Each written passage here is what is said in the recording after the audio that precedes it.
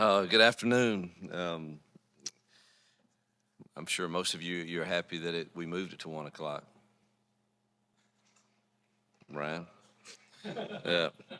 Well, congratulations to soccer starting out 3-0, and Coach Hopper's doing a great job there, and also good luck to all the other. I think there's quite a few other sports kicking off their season this week, and I wish them the best as they represent Auburn. Congrats to Chris Williams, National Assistant Coach of the Year for golf, very deserving. And thoughts and prayers really are with the family of Caden Tallier over at Morgan Academy in Selma, and Coach Webb as they deal with the tragic loss of one of their teammates and a son, and just can't imagine the difficulty that they're going through. So our thoughts and prayers are with them. Excited it's game week. I let the staff off yesterday for our kind of last Sunday that we will have off for a while, and after the mock game Saturday, and I know that they enjoyed being with their families, and I got my last round of golf in for the foreseeable future, and probably need to suspend Brendan Frazier and Speaks for a quarter or something for the slow play that was in front of me. It was horrendous. They've got to learn how to play the game faster if you're going to play. And but it was a beautiful day yesterday, and we all got to enjoy our families. And now we're excited about game week for sure. It's always just full of anticipation, and I think most of you think that those of us who've done this a while know what to expect from our team, and that could be that's so far from the truth, at least for me. I don't. I think you really are 2-3 games in before you really like, all right, this is who we really are and what we can do, and so I still, as much as I've enjoyed preparing and coaching this team and being with this staff, I still think it's an accurate statement to say I still don't know exactly who we are just yet. I think we're better at a lot of spots for sure, but you've got to go prove it each and every Saturday, and so that's something that I'm anxious to see for sure. Alabama A&M. Looking forward to hosting them in Jordan-Hare. It's our second straight year of sold-out tickets. I know it's Wear Orange night. I want to say that, and looking forward to having all of our great fans in that stadium, and to see how Jordan-Hare is going to kick off the 24 season and their support for our players. So excited about that. A&M's got some, there's several unknowns. Coach Maynor, I don't know personally, but he has a great reputation of being a really good football coach. And, the quarterback battle is a little bit up in the air, I think. At least we can't find out exactly what the plan is there. They've got a returner and also a transfer that we're trying to study a little both, and we do know they got a really good running back in Seven. He's a heck of a running back. Love 84 at tight end. Offensive line's got several all-conference performers. Big group there, and the wide receivers are led by 6 and 3, and they're big, rangy guys. But definitely the quarterback, Smith, is the transfer from Miami of Ohio. He's a dual threat guy, and Brown is played at Georgia State and is got a big arm, a real big arm. So, I think they do want to run the football. I think we've got to stop the run and try to make them one-dimensional. But they've got some really talented kids on that side of the football. Defensively, the free safeties, all-conference performer, number 6, and Tate, I believe is his name, and And 7, the defensive end, is a twitchy pass rusher. One that we've got to pay attention to. Ellis, I believe, is his name also. Then they're loaded with a bunch of transfers on that side, and with a new defensive coordinator that's coming from South Carolina State, and another DC that's coming from Grambling State, and trying to figure out what that looks like is kind of a guessing game for sure for us. And is it what you saw at South Carolina State? Is it what you saw at Grambling? Is it a combination? The whole defensive staff is new with a lot of transfers, so I usually like to know in my mind, hey, on 3rd and 1, we really want to run it to this defensive lineman, or I don't know any of that really going into this game, and so there's several unknowns. I do know 2 of their transfers. They were at Liberty, and they're both really solid players. So, but they've got several on that side, again, with a total new defensive staff. So the game planning for us offensively is it takes a little guesswork, and but you've got to be able to adjust and be ready to go with whatever we see and whatever they come up with as the plan. So excited again. Jordan-Hare at home, 24 season to kick off, and I know our kids will be ready, and we're anxious for kickoff.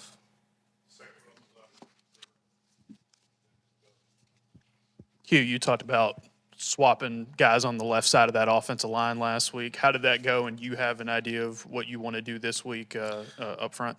Yeah, I think it'll be a few games in before we kind of settle into exactly what it looks like, but we actually rotated Tyler Johnson, Percy, and D. Wade in kind of a 3-way rotation there, along with Brandon Joyner at that only guard position. And I think the most likelihood is you're going to see, D. Wade play a little of both, and us rotate around him at that tackle position and kind of see who plays the best. I mean, ultimately, like I will tell our players today, at some point, the film has to be the resume that is the ultimate decider. And that's life, and that's football, and nothing can be given. It must be earned week in, week out by the way you practice on the film, and the way that you perform on a Saturday. And so I think we'll have to. It'll take a little time to kind of sort out exactly what that looks like from game to game. And one thing I'll know is we will end up needing every one of them before the year's over, and hopefully we create great competitive depth there by rotating some around and keeping them fresher. How is it set up as far as who's in the box? Oh, let's see. Offensively, let's see, Nix and Kent and Maurice, Hiller. I'm going to forget somebody probably. Those 4 I know are in the box. That would mean that Jesse's probably down to communicate with Kent, and Jake's down for sure, and Marcus is down. Get everybody. Ben Agamo's down. Defensively, I think DJ is still working on that. DJ will be down. I think he's just debating on who's best to keep down with him and to go up. Heard from Coach Nix last week. He expressed a lot of confidence in his running back room. How do you plan to use Jarquez and Damari and Jeremiah this year? Keep them fresh and get them touches. I think all 3 of those guys are quality players that add great value to us, and figuring out a way to get those touches to those guys is important for us for sure. Hey, Coach. Keandre Lambert-Smith has been banged up a little bit in camp, but what has he meant for you guys both, when he is healthy in the offense, and then we know when he wasn't practicing as much but just around? What has he meant for the rest of the guys in that room and for the offense as a whole? One of the most impressive things about Dre is his leadership and the way he's bringing along and helping teach and coach and mentor the Cams and Perrys and Malcolms and Bryces. I think he's just. I didn't know if that's the case when you get a transfer, but he has really been selfless in trying to help those guys. And glad to see him. He bounced back at the end of the last week, and he looked ready to play. He had a great few practices at the end of the last week. Coach, it looks like, at your starting wide receiver spots, you're pretty solid on who's going to start there. But Perry and Malcolm, we saw a lot of them this fall. Can you talk about how you're going to work those guys in game one and try to get them ready? Yeah, it's pretty free rotation, at that spot for. I want them fresh. If someone runs a deep route and it's an incomplete or there's not an explosive play, I'd expect the next guy up, and so that we're ready to snap the ball and we're fresher. I don't like the idea of a guy running a streak route and it's a deep incompletion and he's running back to the line, and I've never been a fan of that at all. And so I do think we're at a spot right now where again they're going to have to go out there and do it. In the mock game Saturday, it was freely rotating among those top 6 guys, and still a few too many MAs by the younger guys, and we're going to talk straight about that today when I give them the truth. And one of the hardest things I think today is, you've got to figure out as a coach how you speak hard truth to a player, especially a young one. Without it seems like everything is. Used to, Mike, you just as a coach 10 years ago, you put it on film and said this is absolutely horrendous. You got to get it right. You're not going to play. You've got to be accountable to the team and to this. And now it's you really have to think about the way you say those things, because the fine line between coaching is, unfortunately, part of our job is to be critical evaluators, but I don't ever want it to be personal. And it seems as life has changed or whatever, everything is kind of taken personal. And so we as coaches have to do a great job with building relationships with our players where they know, man, the guy honestly cares about me. And when he says, this is absurd of what you're putting on film right now, it's not some type of indication that you as a human being are less than in any way. It's, man, you've got to be accountable to your team. And some of those younger guys, you expect them to make some mistakes. You do. But we're at a point in our journey here where we're dependent upon them. And, man, it's high time I get you may have a drop or you may mess up the top end of a route. But, man, when all other 10 get the signal exactly right and you're asleep at the wheel and it destroys the play, man, that stings. That hurts. And we had about 6 of those. And they were all from young kids. But if we're going to have this free rotation mindset, that's got to change. And so they're going to get challenged today with that. And but I expect you to see a good rotation there early in the games, especially. Obviously, if you get down to it, you got to have your who you think gives you the best opportunity to win the football game out there. But I'm anxious to see all of those guys jump in there and see how they perform when it's real. I know you mentioned Austin Keys maybe as a question mark for this first game. Do you have any update on him, and then any other sort of injury updates? Yeah, in our staff meeting this morning, the medical report, our medical team felt like he was a probable. So we'll see how he handles. He has another day today, which is just walk through today. But I'm gonna need to see something out of him Tuesday and Wednesday for me to feel that way. But that's the way they felt about he and Keontae. You talked about the uncertainty with transfers. Obviously, adjustments are always important, but early in the season, does it make it even more of an onus to execute and kind of do what you do, especially when you're trying to play so many new faces?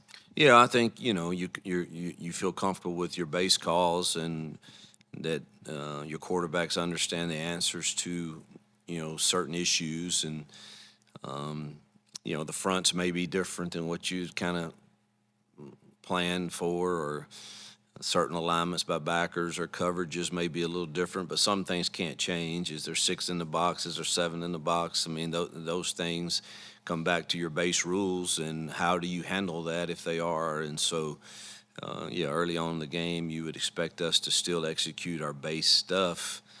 We may have to get to the sideline and change a blocking scheme or something, but as far as should the ball have been handed off or should have been thrown, you would expect us to handle that. And then pass pro, heck, we've seen every look under the sun against DJ, so we can't use that as an excuse that all of a sudden they jumped in a different front and we can't pass protect it. So some of the base stuff you would expect us to still be able to execute.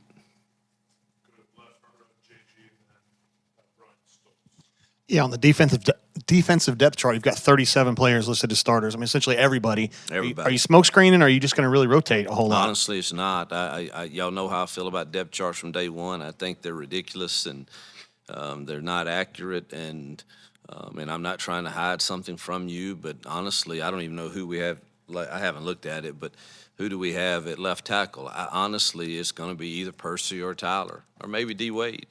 I don't know. And then defensively, you want to talk about defensive tackles. We've got 6 that we're going to rotate in there, and I could care less who goes out there the first snap. I really don't. I don't care.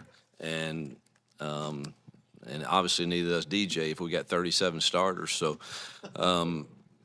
you better play a lot of guys, particularly early in the year, and it really, I know it doesn't, I'm laughing about it because I think, but, to some people it matters. To some kid it matters, to some mama it matters, and so we'll list them all as starters, the ones that we think have earned the right to roll out there and play, and I really do mean it.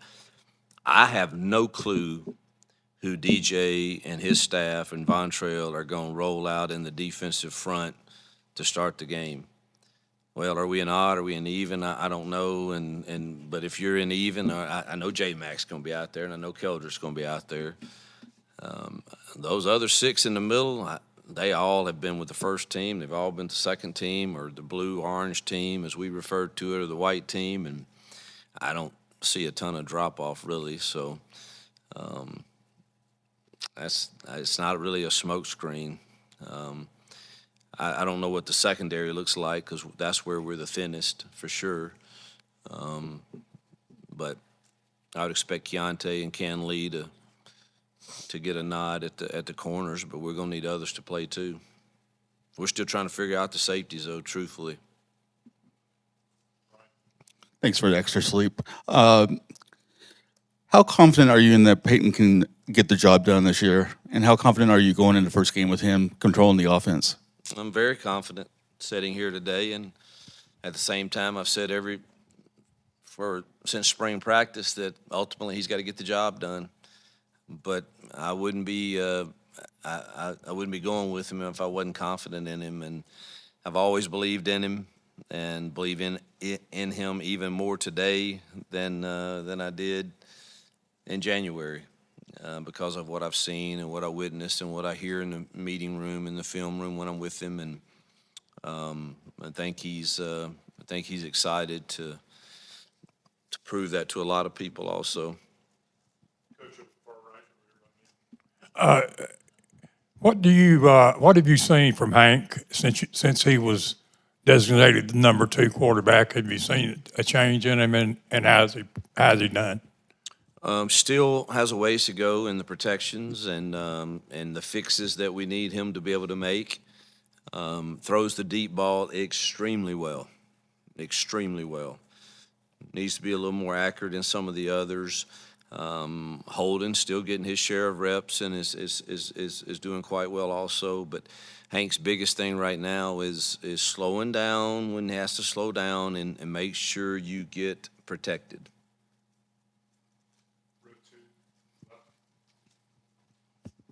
Hugh, y'all worked a lot of different guys at punt returner in fall camp. Do you kind of have a feeling on who might be the first to go out there, or is it going to be a rotation as well? Let's say Keontae's healthy. He'd probably be the first one that went.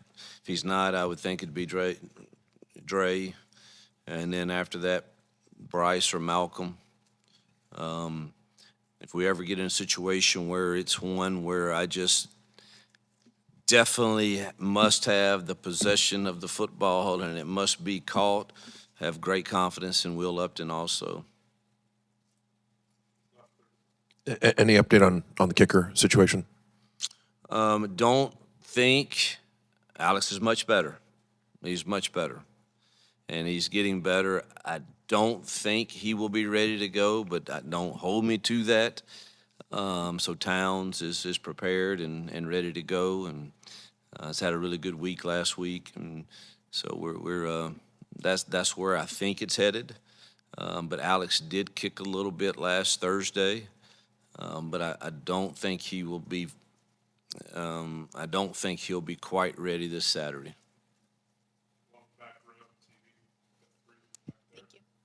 Hey, Coach, as you're getting ready to get year number 2 underway on Saturday, what is the statement you're wanting this team to make?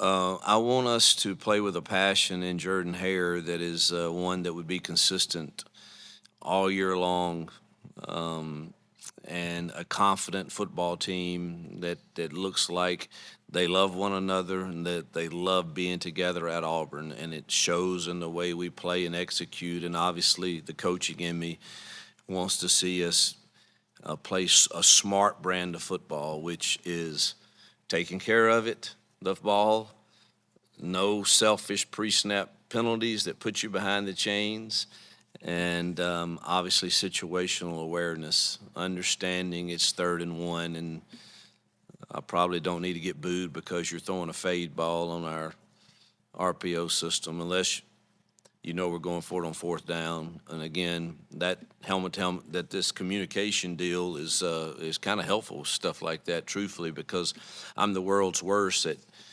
getting to 3rd and 1 and not calling off the RPOs because I expect Peyton or Hank or Holden to know the situation. Now I can feel a little better about those, but really want to see us passionate and execution to be clean without the sloppiness of penalties, taking care of the football on offense, going to get it on defense, and us being a really, really smart situational football team.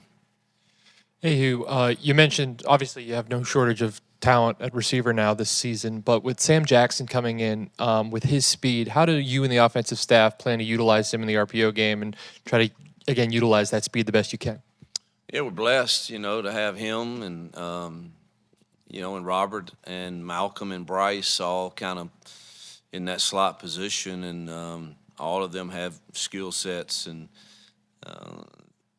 3 of those 4 will be freely rotating in the game, and we'll sort it out as the season goes. But everybody's a little different, Sam's definitely got some tools that you can use him in some of the, speed sweep game, screen game, and in the pass game. So he's even played some quarterback before. Who knows? Might see him at Wildcat quarterback, and but glad we have him for sure. Coach, some of the words throughout this offseason have been comfortability, confidence going into this year. So far, as you're coming into this game week, what has validated those feelings for you and stands out about this team on the field? And as you open this press conference, not sure who you are just yet, what do you expect to see through this week and Saturday to start answering that question for you? Yeah, I don't. You don't know how they're going to perform when it gets real, but as far as the things that we've continuously talked about since January through SEC Media Days to now is the chemistry and the culture difference that I feel in year 2 with the entire building, and that's continued. I've had no second thoughts on that, even as we've gone through the grind of camp, and that 3rd week's always a tough week with school starting. There's no game, and yet still found reason to to feel good about, what I'm seeing from the leadership of our team. Look, most people inherently are selfish, all of us. And the great thing about football is nothing great happens by yourself. And I've been around enough teams to know, man, if they really can get it and understand it's a team first deal, and you take yourself off the platform, which is hard because everybody wants their stats and they have voices in their head telling them that, and you can win a game and somebody's upset because their mama or daddy or uncle told them, well, you didn't get your share and we just won a game. Man, we ought to be singing the fight song and rejoicing together that we did it together. And what I sense from this team right now is that, and the only way that ever happens is for it to be empowered by the players to lead that way. I can stand up and say it till I'm blue in the face, but if it becomes uncomfortable for you to be opposed to that culture and that chemistry, if it becomes unpopular in the locker room, then you're on to something. And that's the reason that I am hopeful. Coach, how comfortable are the coaching staff and the players with the new helmet communication? Will it be used a lot this Saturday? The players seem to be handling it pretty easy. It's probably me more than I think I'm talking into it, and I'm not, because I'm not hitting the right button, or it's I literally have. I mean, I feel like, I don't know. Feel like I'm wearing one of the police belts. There's just stuff everywhere, and you got to hit the right button. So it's taken me some adjusting for sure. The players is pretty easy. I will say unfortunately, we had a little issue with ours in the stadium Saturday, and I sure hope that's not going to be the case. Saturday night. I mean, they quickly got it fixed, but it was 2 plays. But I hope that that's not the case, and a reoccurring problem that you might have, and they really couldn't tell me what was wrong with it. So, but it's taking some getting used to from the coach's standpoint. I think DJ handles it better than I do because he just uses a walkie-talkie. But my hands are so full that I don't. I'm trying to use all the buttons, and maybe that's a mistake. I don't know, but it is. I do think there's some benefits to it for sure. Yep. Thank you, guys. All right, everybody, freeze for a second. Freeze for 1 second. Let me get this off my chest. Man, I thought this was going to be a up-tempo. I'm excited about this thing, man. Hugh Freeze gave me more questions than I had when I came in this thing at Auburn Addicts. Check this out, man. He said left tackle is unsolved right now. Left tackle is unsolved. They'll be rotating 3 people in the left tackle position. They're going to have 2 games to get the cat. Well, 1 game to get the Cal. Guys, please get that figured out.